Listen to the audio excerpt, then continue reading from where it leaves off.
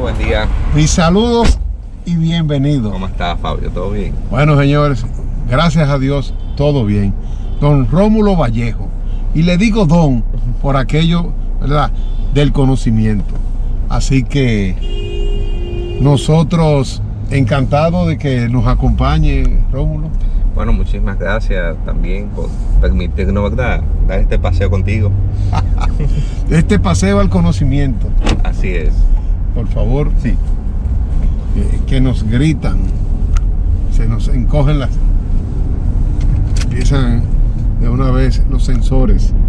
Rómulo, hablando del mundo político nuestro, que es muy particular, nosotros decimos, ¿qué es lo que acaba de suceder en este proceso?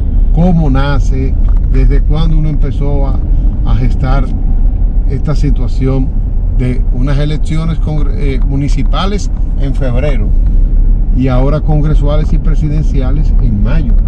Bueno, la génesis de este resultado electoral, Fabio, tiene pues su principal punto de quiebre en la división de las primarias de octubre del Partido de la Liberación Dominicana y posteriormente la salida de Leonel Fernández del PLD y la formación de la Fuerza del Pueblo. O sea, estamos hablando del año 2019. 2019, perfecto. Y como resultado, entonces, en el 2020 vemos como el Partido de la Liberación Dominicana pierde las elecciones. Junto a sus aliados alcanza apenas un 37%. Fuerza del Pueblo, el partido... Bueno, apenas según uno en el concepto político, pero hoy en día ninguno de los partidos opositores llegaron a ese número. Bueno, tú tendrías que ver que tú partes de 4 años con casi un 63%. Y cuando tú apenas un 37 por 63, perdió la mitad de su base de apoyo. Y entonces en ese caso es que nosotros planteamos esto como que apenas, ¿verdad? Y vemos como el partido en formación apenas alcanzó un 9% en el nivel presidencial. Y ahí estamos hablando de la Fuerza del Pueblo. Okay. Partido con meses de formación y del expresidente Fernández. Y Luis Abinader, quien venía en el 2016 de alcanzar un 30 y tanto por ciento, 33, 34, 37% también. Con los aliados, pero sí. El PRM solo como partido, que también había sido de reciente formación ese año, sus primeras elecciones, 32, 33%. Y bueno, vemos como entonces Luis asciende a la presidencia con un 52%, una abstención de un 40% aproximadamente. Y la famosa abstención que hoy es un número. Así es. Y se reconfigura el escenario político nacional en beneficio del Partido Revolucionario Moderno. Luis inicia su gestión, su mandato de gobierno con una pandemia y después de toque entonces gobernar con una pospandemia. O sea que el primer año y medio, pudiésemos decirlo, prácticamente los primeros 2 años, fueron 2 años de gestión de crisis. Así es. Pero el tercer año es un año ya de gestión electoral. Así mismo viene. Y entonces vemos como la oposición no supo entender lo que quería su electorado y se mantuvo siempre una división. Y en ese entorno de división, lógicamente quien tiende a crecer es quien está solidificado, en este caso el PRM. Y como resultado de ese proceso, muchos líderes de los partidos en ese momento opositor, tanto PLD como Fuerza del Pueblo, empezaron a ver la debilidad que tenían sus partidos en el electorado y cómo de ellos mantenerse en esos partidos no podían conservar sus espacios de poder que tenían en estamentos públicos de cargo popular como alcaldes, diputados, etc. Y entonces vemos como hay una reconfiguración del escenario político. Muchos van a la Fuerza del Pueblo, otros al PRM.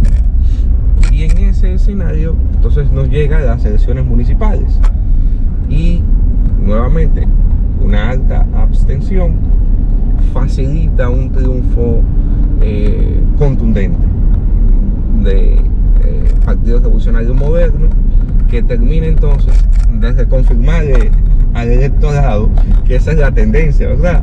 Que esa es la línea, y empiezan aún con mucho más ímpetu otros dirigentes a también abandonar ese espacio político en la oposición y acercarse aún más al partido de gobierno. Hay una situación, uno critica, y me incluyo dentro de los que muchas veces hacemos señalamientos de la debilidad en los partidos políticos con relación a la conformación de dirigentes, porque todos los partidos aquí se han acostumbrado a mantener dirigentes aunque no sean candidatos. Ojo, dirigentes de partidos políticos que no son candidatos a posiciones electorales, pero al final también lo que se anda buscando son los liderazgos individuales. Hoy por hoy, el escenario muy complejo, pero muy diverso, y un escenario prácticamente renovado en el orden de la dirigencia y de los candidatos a posiciones electorales. Ya en el caso del doctor Leonel Fernández, que es la figura de mayor peso específico histórico, como mantenido como candidato, uno puede decir que hasta ahí llegó, hasta el 2024.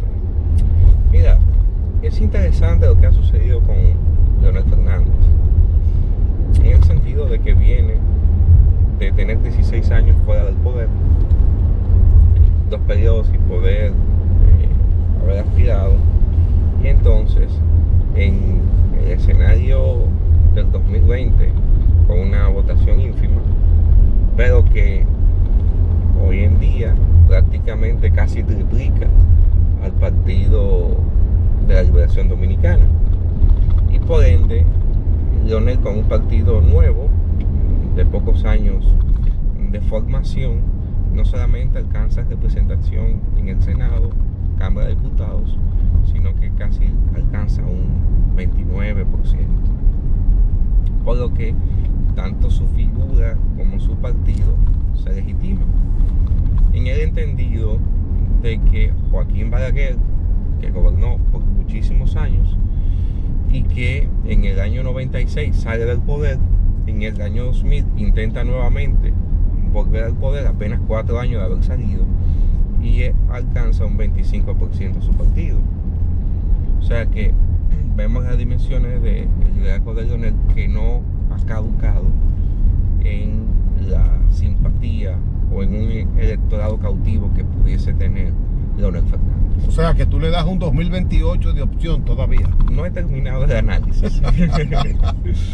Bueno, pero ¿qué resulta con Leonel Fernández, el que vimos candidato en este proceso? Bueno, Leonel Fernández no se renovó, no renovó su entorno.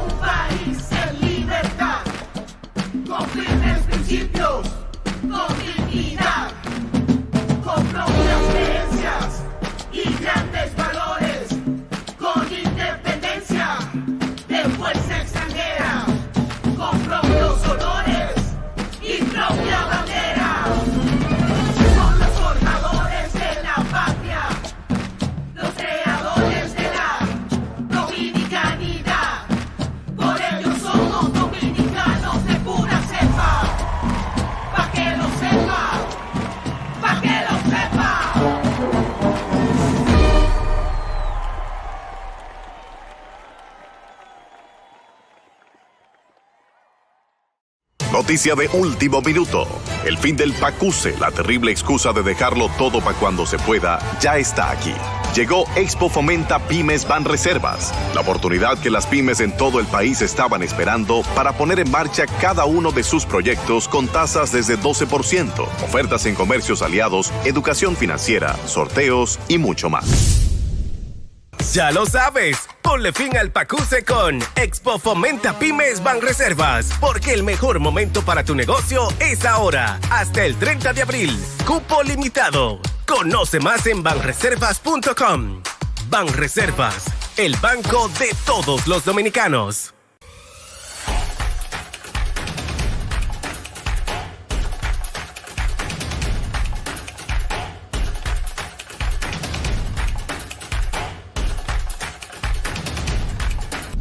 Y pues entonces, en ese caso, vemos como en 2028 dependerá fundamentalmente de no solamente este factor, sino otro factor.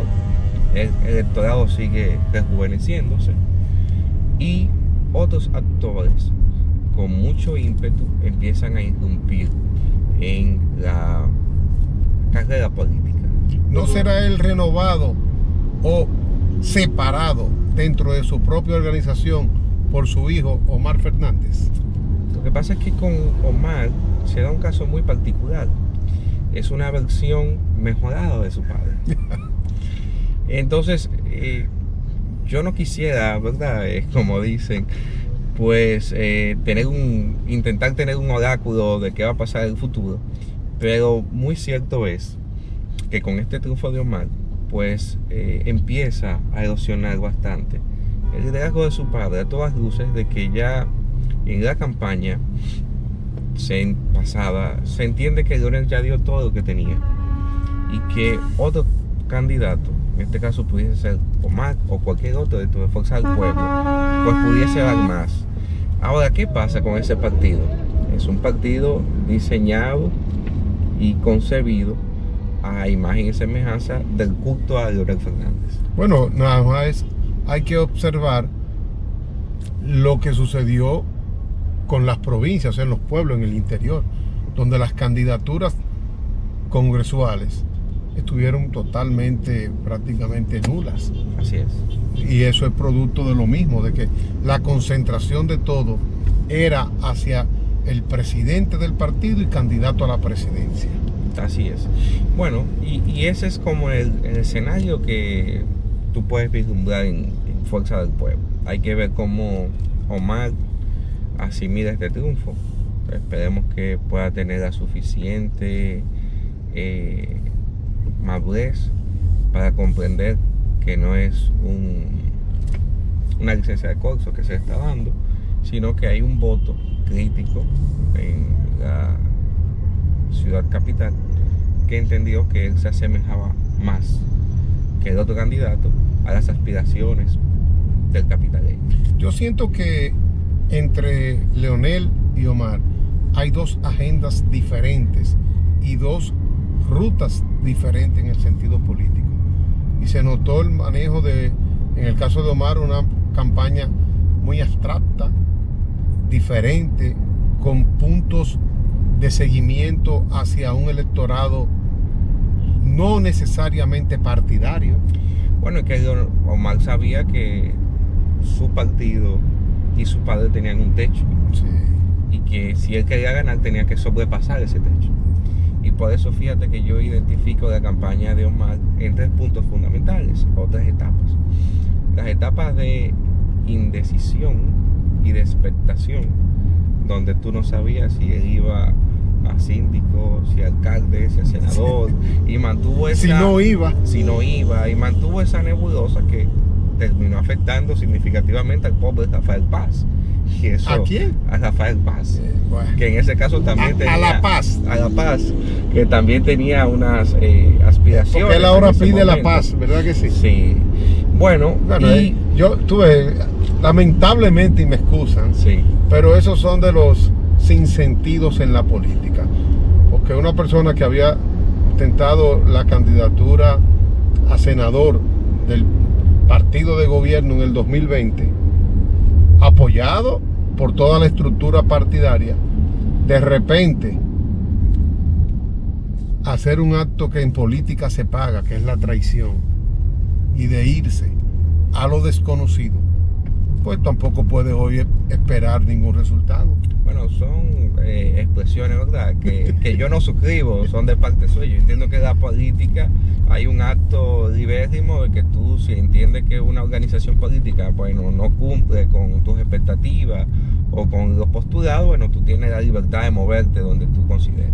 Yo por esa parte no suscribo eso. No es que nadie, después que tú suscribes una hoja de adhesión a un partido político, está obligado a militar ahí eternamente. Tampoco. Pues, entonces, no, Sí, yo pero no lo llamaría de esa forma. Yo diría, bueno, cambió de partido, cambió de parecer. Pero un debut y despedida. y cada quien tiene sus intereses y son válidos. Pero en el caso de esa campaña de Omar, fíjese que también fue acompañada de un ataque, si se quiere, aunque no de manera frontal, pero sí soterrado, en contra de la senadora en ese momento de la capital, Farideh Raful. Y la muda, no comunica, no habla, no nada. Y bueno, se entendía que ella iba a ser la candidata y bueno, ya tenemos la campaña perfecta de cómo contrarrestarla. Y se esperaba también, dentro de la campaña de Omar, la definición de Carolina, si iba a la alcaldía, si no iba a ser ella y tal. Una vez que se define el panorama, entonces, y se anuncia de que no es Farideh la candidata, y ya Omar define sus aspiraciones a la senaduría, entonces viene una campaña de empatía con Farideh Raful. Y entonces la que queda siendo la víctima, la senadora buena, la que no se manejó bien, es Farideh. Y en el último tramo de la campaña, ya cuando sale oficialmente Guillermo Moreno, se reconfigura el escenario político. Entonces, la campaña de Omar, que ve que todos los candidatos presidenciales del PRM asumen a Guillermo, que hay una consigna fuerte a favor de Guillermo, entonces apela al sentimiento de empatía. Todos contra Omar la víctima. ¿No? Y a señalar que Guillermo no era un militante del PRM. A romper la identidad. Y muy inteligentemente aprovecha el escenario del segundo debate, el debate de Ángel. Omar llega al primer debate, que es el debate que creó el Codex y el Nuevo Diario, eclipsado por Vinicito, si se quiere. Y fíjate que ahí, en ese debate, no trascienden grandes cosas de Omar ni de Guillermo, porque Vinicito monopoliza el debate. Inteligentemente ya empieza la maquinaria del PRM a fortalecer a Guillermo y a asumirlo con mucha fuerza, y el presidente a endosar un apoyo muy abiertamente. La campaña de Omar se ve muy debilitada ya en ese momento, pero aprovecha el segundo debate de Ángel con dos momentos cumbre: el momento de cierre del debate y cuando, si se quiere, enfrenta a Guillermo con el tema de la familia y del debate presidencial. Y a partir de ahí trata de empatizar con un electorado, y que tuvo la oportunidad de llegar a un electorado que no era el nicho fuerte.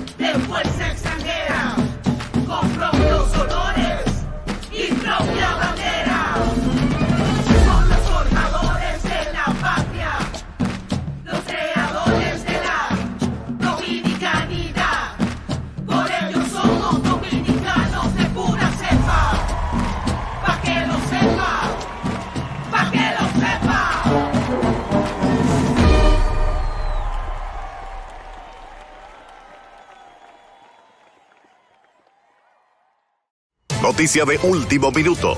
El fin del PACUSE, la terrible excusa de dejarlo todo para cuando se pueda, ya está aquí. Llegó Expo Fomenta Pymes Banreservas, la oportunidad que las pymes en todo el país estaban esperando para poner en marcha cada uno de sus proyectos con tasas desde 12%, ofertas en comercios aliados, educación financiera, sorteos y mucho más. Ya lo sabes, ponle fin al PACUSE con Expo Fomenta Pymes Banreservas, porque el mejor momento para tu negocio es ahora, hasta el 30 de abril. Cupo limitado. Conoce más en banreservas.com. Banreservas, el banco de todos los dominicanos.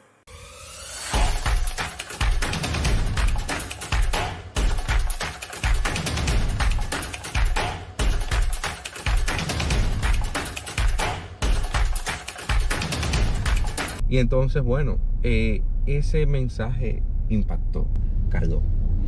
Entonces vemos cómo la campaña de Omar, más que si tú te pones a pensar cuál es la propuesta central de Omar como senador. No hubo una propuesta ¿Cuál central. es su discurso central? ¿Qué va a hacer? ¿Qué va a tratar? No. Lo que dejó Omar fue un sentimiento. Y entonces fíjate cómo la campaña supo muy bien en cada una de sus etapas apelar a los sentimientos más que otra cosa y catapultar el voto en favor de y en contra de. El voto en favor de un joven, de una generación, hacer empatía con su generación, con su clase dominante, y en contra de una imposición partidaria, en contra de un candidato que ya tenía una vida política dilatada porque quería tronchar la vida del joven, etc. O sea, cómo manipularon en el buen sentido de la palabra y en el buen de la estrategia, pues son estrategias de campaña que son válidos, los sentimientos del electorado, y consiguen que un 45% de votantes PRMistas y que votaron por Luis también lo hiciesen por Omar y no por su candidato que llevaba su partido en coalición con Alianza País, Guillermo Moreno. Una alianza que realmente no nace en el 2024.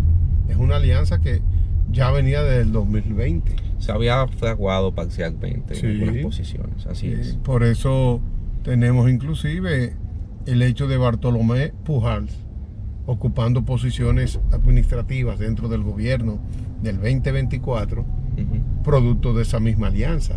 O sea, que no se percibía tanto y que no se destacaba tanto con relación a la figura de Guillermo, pero que sí en el sentido político ya estaba involucrado. Así es.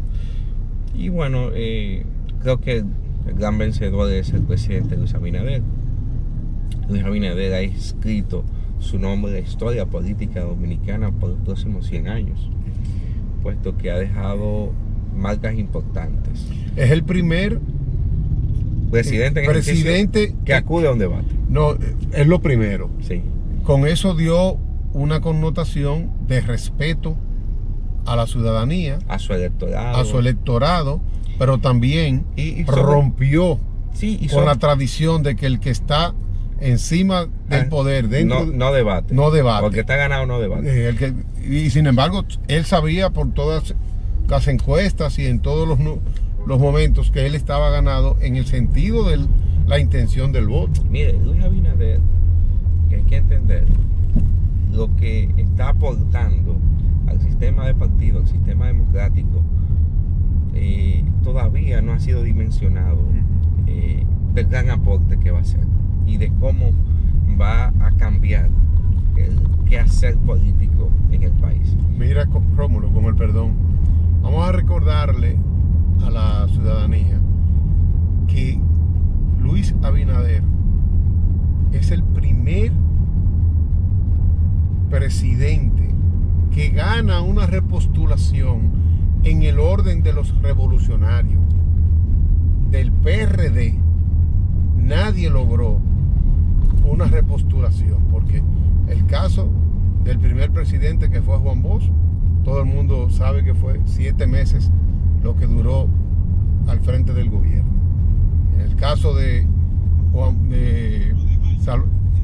don Antonio Guzmán en el 78, hacia el 82, ni siquiera intentó Ujú. una repostulación, al igual que el caso de Salvador Jorge Blanco en el 1986. Así es.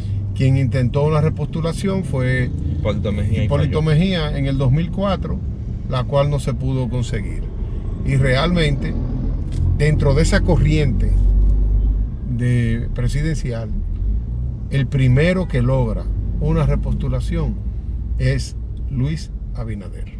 Mira, y cuando tú analizas el legado de Luis Abinader, primero, decirte en un ejercicio franco, abierto, que no se va a repostular, habiendo obtenido mayoría absoluta en ambas cámaras, para hacerse una constitución a su imagen y semejanza. No lo hace.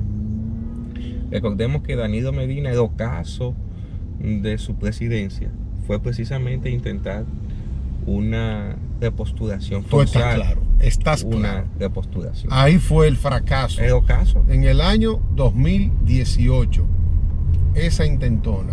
Y luego, la creencia del entonces presidente del Senado de que el tranque de los dos líderes de su partido le podría beneficiar a él, fue ya la espada mortal. Yo entiendo que en ese momento Danilo y su entorno se habían emborrachado de poder y entendían que ellos estaban por encima del bien y del mal. No, pero él sabía, por muchas consultas anteriores, desde antes de las elecciones de mayo del 2016, él tenía toda la constancia de que un intento de tercer periodo era nefasto. Pero no Fíjate sé a que quién fue que se le fue No, lo que pasa es que el calendario. Lo que pasa es que ellos hicieron un traje a la medida con la reforma electoral, reforma constitucional. Recuérdate que separa las elecciones congresionales y municipales. Ujú. Recuérdate que también crea la ley de partidos donde inserta las primarias internas. O sea, ellos forzaron de una forma tal que todo acotejaron a cómo construirse ese traje a la medida. Y eso llevó precisamente a esa debacle de ese partido. Y que hoy muchas de las cosas que ellos alegan que le está perjudicando, simplemente fue que le ha convenido a Luis Abinader, porque ellos diseñaron el sistema de partido cuando estaban en el poder para que quien esté en el poder se beneficie. Es correcto. ¿A qué me refiero con Las esto? decisiones eran decisiones soportadas desde la estructura de mando. Exactamente. No necesariamente desde el sentido político y de los partidos políticos. Mira, y tuvieron tan mala suerte que ellos insistieron mucho con el voto electrónico para precisamente en las primarias internas de la Junta Central poder tener eso como herramienta para vencer a su contrincante, Leonel Fernández, como se demostró. Lo que pasa es que Leonel no supo explicarlo.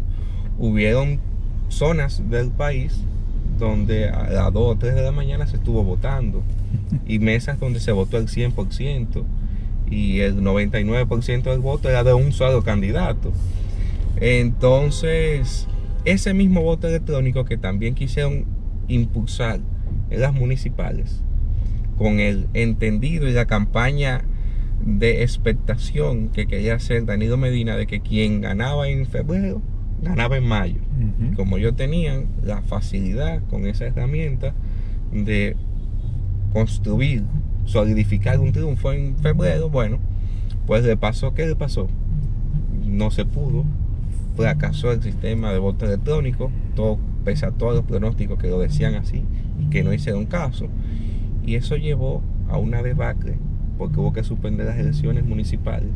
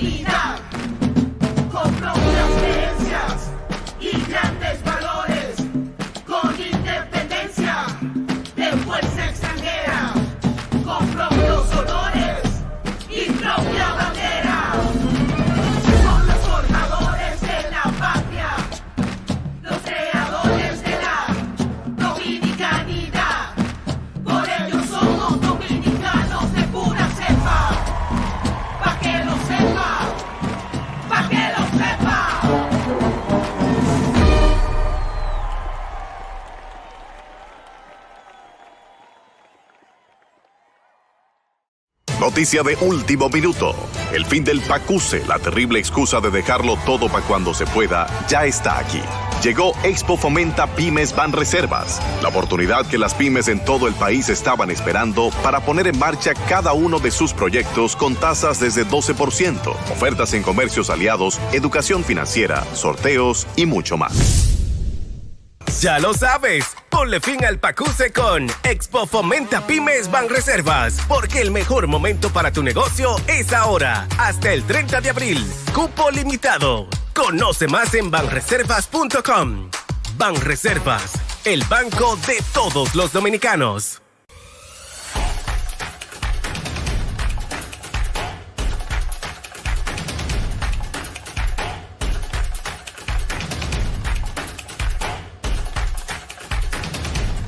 Posteriormente, pero ya la población se sintió vejada, manipulada, ultrajada con este derroche de poder en todas las instancias y le dio un voto negativo que culminó entonces posteriormente catapultando a Luis Abinader como presidente. Ese es el escenario. Sí, sí. A partir de febrero, con el fallo de las elecciones municipales, se transformó todo el escenario político. Así es. Entonces, bueno, ahí para volver al punto anterior, tenemos a Danilo Medina y tenemos a Luis Abinader. ¿Y qué intenta hacer Luis Abinader? Todo lo contrario a Danilo Medina. Sí.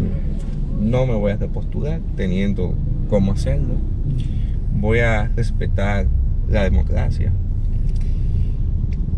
Voy a fortalecer la democracia con la participación en el debate y a partir de aquí marcar un hito de cómo hacer política. Ya es imposible tú pensar 2028 un escenario de elecciones sin que haya un debate. ¿Pero qué ha planteado Luis? Bueno, vamos a unificar las elecciones. Igual que la administración pública, que independientemente de lo que uno pueda observar y decir y cuestionar, hoy por hoy se nota mucho más transparencia y sobre todo mejor conducta del funcionario público. Pero que anteriormente ser funcionario público era ser alguien totalmente independiente y que medalaganariamente tomaba decisiones. Pero hoy no es así. Sobre todo que tú no escuchas a nadie que se atreva, ni siquiera de la oposición, a vincular o a señalar al presidente o su entorno en actos de corrupción. Y que tú ves al presidente con una respuesta rápida, ágil, contundente, cuando el escarnio público señala a un funcionario con un tema de corrupción. No, y que él es el primer vocero de su propio gobierno. Así es. Primer vocero. No hay tema que a él se le presente o situación que suceda que él no dé una explicación sobre la misma. Entonces, en ese escenario yo entiendo que ya Luis escribió su nombre en la historia política nacional, que su gobierno y su legado ya va a trascender. Aparte de eso, o al margen de este comentario, creo que en el Partido Revolucionario Moderno, entonces, con este anuncio del presidente Abinader de no buscar una repostulación, se abre un escenario favorable para que muchos que tienen aspiraciones ya públicas, abiertas y declaradas de antemano. Pero eso también no puede resultar ser un problema dentro de la administración ahora mismo. Hay que ver cómo se maneje. El presidente ha sido muy inteligente manejando la correlación de fuerza y el equilibrio de poder y la toma de decisiones ahí dentro. Hay que... se impondrá el liderazgo de él. Y lo que, bueno, se ha estado... Si hay algo que también Luis tiene en su partido, que si tú te pones a analizar la tendencia de que era el PRD anterior, hoy PRM, estaba sustentado en luchas de grupos. Y Luis ha logrado unificar el partido en un solo criterio y un solo objetivo. Bueno, por el que se habla que hay dos tendencias, que son la de Luis y la de Hipólito. Yo creo que ya no. Ya ahora mismo tú puedes decirte que quien tiene la conducción y la fortaleza y la visión en el partido abierta y claramente es Luis Abinader. existen corrientes de pensamiento, de liderazgo. Lógicamente, no es un líder absoluto, ni tampoco es absolutista. Pero si tú te pones a ver, él ha logrado que de manera consensuada las decisiones de su comisión ejecutiva sean cumplidas, sean acatadas y no se ve fisura en cuanto a toma de decisiones. Y eso también es importante. Bueno, vamos a ver cómo se sigue manejando esa parte y sobre todo ahora que empieza un ejercicio de gobierno sabiendo que no continúa en el 2028, porque esa es también la parte importante. Recuerda que somos un país presidencialista, donde el presidente lo es todo. La llamada soledad del poder. Empiezan por ahí algunos amigos ya a decir, pero en el 28 ya él no es, y a buscar otra ruta. Aquí había gente que no estaba mirando el 2024 en este proceso electoral. Sí. Era proyectado totalmente hacia el 2028. Bueno, ciertamente tú tienes el 2028, como te comentaba. Se genera entonces un espacio para que otros perfiles que también pudiesen participar del proceso se motiven. Y tú tienes el caso que son posiciones ya o proyectos ya un poco más maduros en este ámbito, como sería Carolina Mejía o David Collado, que ya han manifestado de antemano sus aspiraciones o han empezado a articular sus proyectos. Por allá andan unos proyectos que uno realmente todavía no termina de concebirlos en la mente. Tú tienes el caso, por ejemplo, de Wellington Agro, que disputó en el proceso anterior. Bueno, Wellington, quien ya anteriormente había puesto esa intención, pero además tú tienes aquí es un dirigente. En el caso de Wellington es un dirigente que acaba de salir fortalecido a nivel estructural dentro del PRM. ¿Por qué? Porque donde quiera que uno va, sobre todo en el interior del país, tiene una estructura. Así es. Tiene una representación. Y entonces en el caso de Guido y de Ramón, Guido que tuvieron un ejercicio también reciente. Sí. Bueno, pero tú tienes otros perfiles. Tú tienes a Ito Bisonón, que también tiene una estructura nacional. ¿Qué ha pasado con Ito? Su paso al PRM, ¿dónde lo ha fortalecido y dónde lo ha hecho todavía que la transición no haya llegado? Mira, yo entiendo que él ciertamente ha sido fortalecido en este proceso. En primera instancia porque es miembro de su comisión ejecutiva, ha tenido funciones de primerísima línea. Ministro de Industria. Es responsable. Con un gran desempeño. Exacto. Y que ha tenido también, además de eso, la integración de toda su estructura que provenía de sociedad civil, del Partido Reformista, donde tradicionalmente militó, y con una fortaleza importantísima. Hay que ver que aunque el Partido Reformista disminuía en votación, él mantenía una curul en la Cámara de Diputados. ¿Qué pasó con él y la candidata a diputada que él apoyó en el distrito, en la circunscripción número 1, que a mí mismo me sorprendió de que sea en la 1, donde él siempre fue un diputado de la 2? Bueno, mira, yo entiendo que no es, a mi entender, ni que él apoyó, no apoyó o que la posicionó. Simplemente en el equipo varios tuvieron aspiraciones a diversas posiciones. Unos en provincias del interior ganaron, tenemos diversos regidores que ganaron, que son parte de la corriente de Ito. Y en el caso de la capital, tú tienes que entender que aparte de que María Teresa llegó último a la competición, la estructura o la fortaleza de la estructura partidaria del PRM absorbió y eclipsó cualquier tipo de la dirigencia tradicional, y a pesar de eso tuvo una muy buena participación, quedó en una cuarta posición. Yo mismo la conocí más como una candidata de Ito que una candidata por su propia identidad. Así es, y eso indica que pese a todo hubo una fortaleza.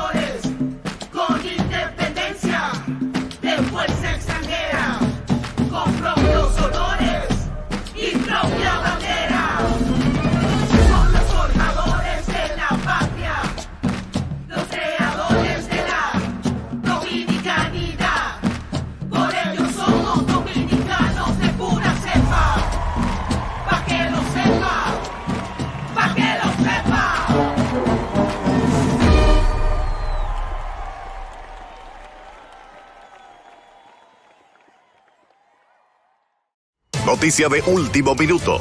El fin del PACUSE, la terrible excusa de dejarlo todo para cuando se pueda, ya está aquí.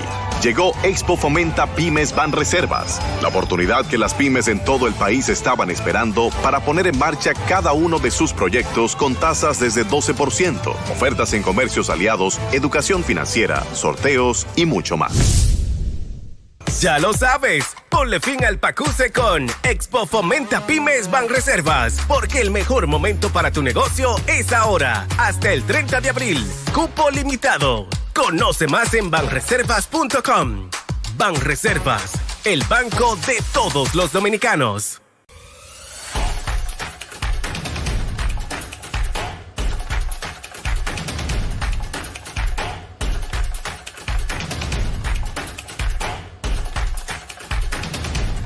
Ha sido de los principales funcionarios dentro de lo que fueron estos primeros 4 años, 2020-2024, y la experiencia política de él también con su buena conducta, yo diría que ha sido uno de los mejores perfiles realmente dentro de la administración pública. Está en el top de los 5 funcionarios, sí, más cercanos, más eficientes y más valorados. Entonces, yo entiendo que no solamente le ha favorecido su paso hacia el Partido Revolucionario Moderno, sino que ya pudo ver y ha sido absorbido por la estructura partidaria y es ya identificado y reconocido como un ente importante dentro de... En un momento la se pudo haber evaluado como un candidato al Senado por el Distrito Nacional. Mire, lo que uno ha estado escuchando y viendo en casi todos los escenarios, y todo ha estado pues debatiéndose como una figura, una opción importante dentro del PRM. Ya la base del PRM lo aceptó. Así es. Es lo que se percibe. Esta es una base más tolerante que lo que era el otrora PRD. No, y también hay que ver, porque tú tienes no solamente que te acepten per se, sino que tú haces para que te acepten. Sí. Y en la medida de que tú, bueno, pues te identificas con la gestión del gobierno, con los principios, los valores, y contribuyes al fortalecimiento del partido, bueno, también hay un reconocimiento de ese trabajo. No, las figuras de Hito y de Robertico fueron las llamadas altisonantes al principio, cuando fueron incluidas dentro de la comisión política del PRM, pero realmente ambos se han ido adentrando e identificando con, como uno dice, con la base, con ese núcleo tan importante del PRM, para hoy por hoy haberlos visto apoyando y visitando en diversas comunidades.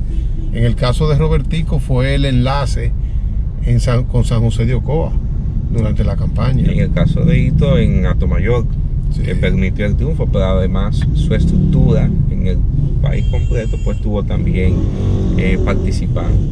Y quedan entonces otros perfiles, por ejemplo Yayo Sanz Lobatón. Bueno, don Eduardo Sanz Lobatón acaba de también dar señales de que es un aspirante a la presidencia de la República. También Samuel, que tendrá que definir si va en reservas o su proyecto presidencial. Don Samuel Pereira Rojas. Y en fin, otros candidatos. Y yo entiendo que esa alternabilidad y esa fecundidad de posibles candidatos que tiene el PRM es lo que va a permitir que en el 2028 puedan seguir concentrando, bueno, yo diría esa opción de poder clara y visible, como se ve. O a futuro también, porque no necesariamente todos pueden encerrarse en un solo periodo. Sí, pero porque así como vino este periodo de Luis, ahora me entiende que vienen otros, claro, ya que habían salido, que están más avanzados, y entonces ellos también van creando su corriente y su estructura para futuro. Y hay otras posiciones también que se pueden ir aspirando y se pueden ir pensando. Este caso de que el PRM como partido de gobierno, con todos esos dirigentes fuertes del Distrito Nacional, ninguno haya sido el candidato a senador, yo creo que es una cuestionante. Mira, bueno, lo que sucede es que también habría que entender el momento en el que y qué se buscaba. Y se buscaba un perfil, no necesariamente a lo interno del partido, sino hacia lo externo, que pudiese apuntalar lo que el presidente quiere. Y el presidente quiere dejar un legado de una administración pública que pueda romper con la tradición de corrupción, de impunidad, y que desde el Estado y los diferentes poderes y estamentos del Estado se va precisamente a eso. Y yo creo que Guillermo Moreno mandaba ese mensaje.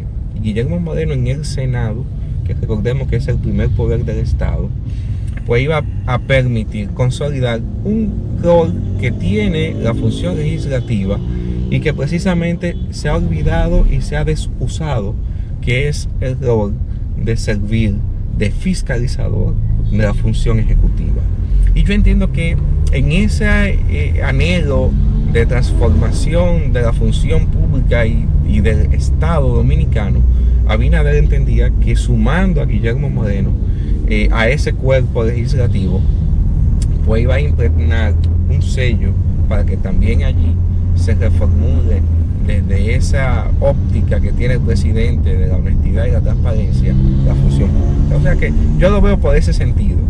Mira, Rómulo, pero tú no me has mencionado nada de don Rafael Hipólito Mejía y Domínguez, que para mí acaba de garantizar y de consolidar lo que se llama el haber sido un líder político con visión de futuro. Si él no elige a Luis Abinader en el año 2000 para la 2010, no, 2012. 2010 fue que él lo seleccionó. No, fue en el 2011 porque fue en marzo del 2011 que se hizo las primarias del PRD. Sí. Y previo a eso. Para el 2012 lo selecciona como candidato a la vicepresidencia de la República. Antes de la primaria ya se había definido que el compañero de boleta de Hipólito Mejía iba a ser Luis Abinader. Pero eso fue producto del acuerdo. Fue octubre de 2010. Yo lo tengo ahí claro. Octubre, noviembre. Reservaré algunas cosas. Vamos a verificar. Pero acuérdense que en ese momento la corriente de Luis marcaba un 10%. Sí. Hipólito Mejía antes de ese proceso marcaba un 2%. Luego a eso hay que se anima Miguel Vargas Maldonado a firmar el pacto de las corbatas azules, donde habilita sin darse cuenta a su adversario que terminaría detonándolo, que eso es un tema que hay que analizar en la historia política dominicana, cómo Miguel Vargas cometió pues ese absurdo político. ¿Qué quedó del PRD ahora? Porque ya ni la nómina quedó. No. O sea, entre Miguel y Peggy Cabral se quedaron con el PRD. Sí. Las siglas la dejarán colgando en las puertas del partido. Nosotros aquí lo único que podemos es dar las gracias. Bueno, gracias sí, ciertamente por la atención y la invitación. Bueno, señores, vamos hacia adelante en lo que puede suceder con todo este proceso y la historia que continúa. Así que vamos en la nueva forma de hacer televisión. Cáeme atrás.